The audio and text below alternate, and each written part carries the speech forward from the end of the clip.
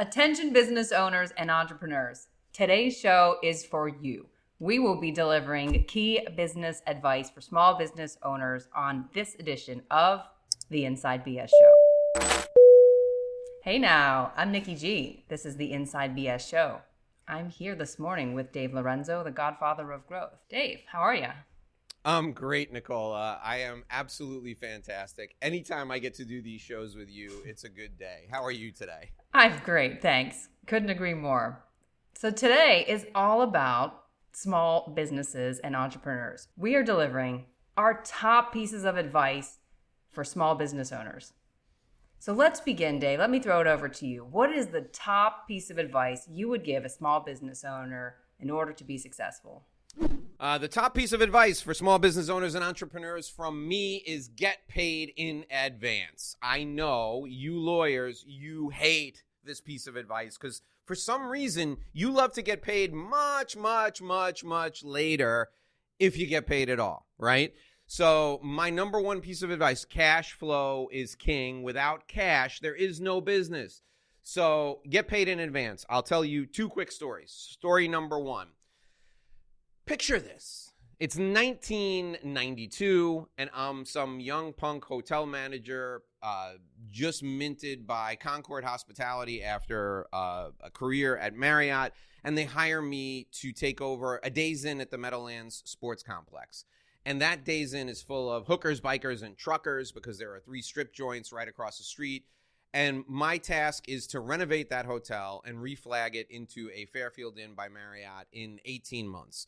So we have a construction manager on site who's doing the construction work, and I'm going through the books of this hotel, and I'm noticing that they have accounts receivable that is outstanding for over 120 days. Okay, they're direct billing. So the people who weren't hookers, bikers, and truckers, they all paid in cash. The people who weren't hookers, bikers, and truckers, those people are paying like net 120. So the hotel has millions of dollars outstanding that hasn't been collected. So I immediately put a stop to that, and I said, we are no longer direct billing anyone. We're going to get paid in advance for any groups or associations that are going to stay. And what happened? Well, the owner of our company was like, Dave, you're crazy. That's never going to work. We want to make this hotel into a motor coach hotel for people for tour groups who are going to visit the city. They're never going to pay in advance. The Marriott people said, you can't do that. Every Marriott hotel in the system direct bills. The people who stayed at the hotel said, we can go stay somewhere else. Somebody's going to direct bill us. We had a trucking company that said, we're never going to stay with you again because we have a direct bill account. Our truckers stay there and you send us a bill and we pay when we feel like paying. I just said, no. I said, we're not going to do that. If I'm going to go broke in this hotel, if we're going to get fired, and if I'm going to get fired and we're going to go broke in this hotel, we're going to do it on our own terms. I said to the owner of the hotel, give me 90 days, watch what happens. And he said, okay, I'll give you 90 days. I said to the people at Marriott, I'm creating a new business model. You're going to thank me later. And they said, okay, we'll see what happens. And we transformed that place. I was able to sell motor coach operators on paying us in advance in order to secure their reservation of 50, 100 rooms. And in 18 months, when that hotel opened as a Marriott, the month we opened, we were the number 1 hotel for motor coach business in the entire system. Our revenue per available room was 20% higher than anybody else in the chain.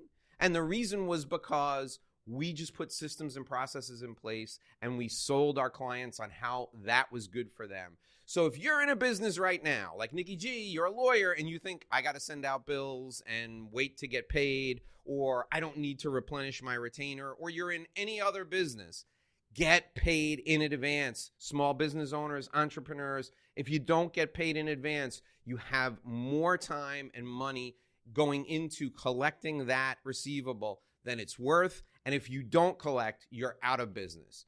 Let the cash work for you.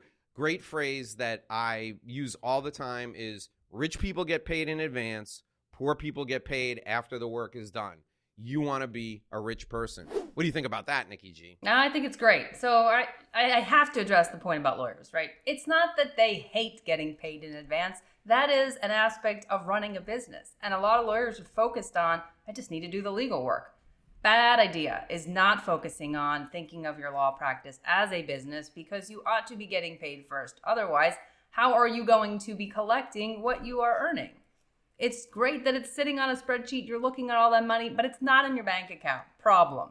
So it's good to be thinking about getting paid in advance. You also want to avoid all those legal issues down the road. What if somebody, I'll give you a quick example, someone you're doing business with files for bankruptcy and you haven't gotten paid. Now you're going to have to call me and we're going to talk about how you would get access to, right, what you're entitled to receive out of a bankruptcy case. Get paid in advance, avoid the headaches, make sure that your business is running smoothly and making money. That's why you're in this. So let me get to point number 2 for me. So critical point for me.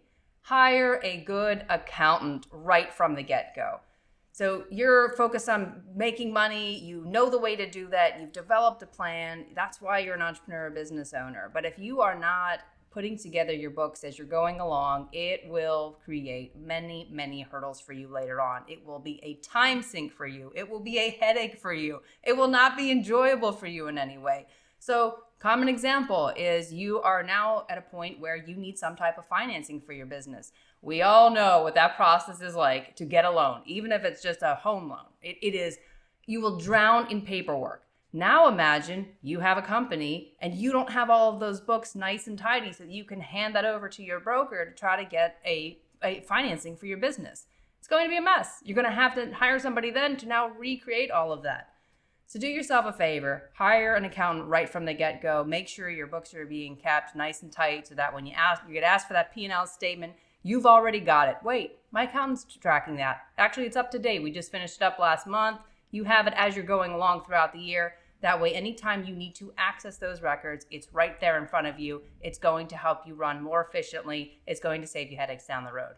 There's nothing sexier than tight books in business, Nicola. Nothing sexier. So business advice for small business owners and entrepreneurs. Point number 3 is know your client, know your customer. Do not outsource the research, the sales and marketing research into your customer or client. You need to be inside the head of your client, inside the head of your customer. You need to know how they think. You need to know what keeps them up at night. You need to know if they have any special language or buzzwords they use. And in order to make sure you know this, you have to do your research. You got to be on the front lines talking to your clients, talking to your customers. You've got to spend time with them. You've got to walk a mile in their shoes, know everything there is to know about your client and customer. Because if you don't, you can't fill their needs. You can't pitch to them from their perspective. I'll tell you that the biggest strength that I have in sales is being able to get inside the head of my customers and understanding what's bothering them and then solving those problems.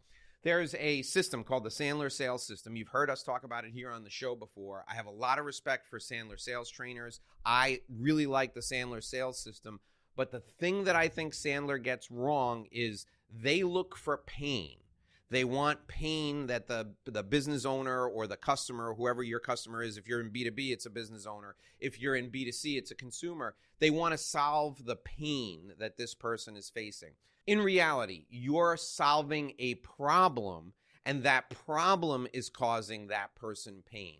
So I can't take Nicola's pain away from her because pain is personal. She decides whether or not something is painful for her, and she does it on a subconscious emotional level. What I can do is I can solve the problem for her so that the pain goes away, but I have to address the problem. I don't address the pain. So know your customer, know your client, so you understand what the problem is that's causing the pain. Nikki G, what say you? Ah, that's great. That's great. You have to understand that this is something we've talked about before in the context of empathy. It's really thinking about who are my customers, what are they looking for, because that's what you need to be thinking about, not just, like you said, addressing the pain. You're getting to the underlying issue. There's a little bit of psychology involved, and it will really, really make your business a success. Very well said. You say things so much more succinctly than me. I really appreciate that about you. What's number 4, Nikki G? Give us number 4. Number 4, Know your standard operating procedures. What am I talking about? It's great when your business is doing so well, you're going to hire some more people to help you. And let's say you're going to take, I'll use a good example here, an electronic database that you have that's going to manage all of your sales information. It's going to have the customer names. It will have exactly the orders that they've placed. It will have other detailed information about what those customers like about your company, how much they're paying you. And you've got someone who you view as, really technologically savvy. So let's have that person managing that database.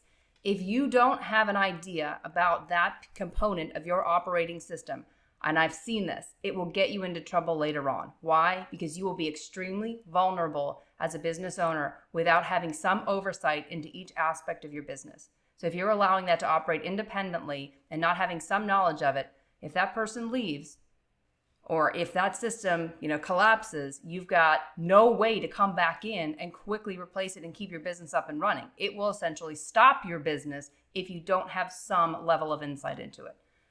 What do you think, Dave?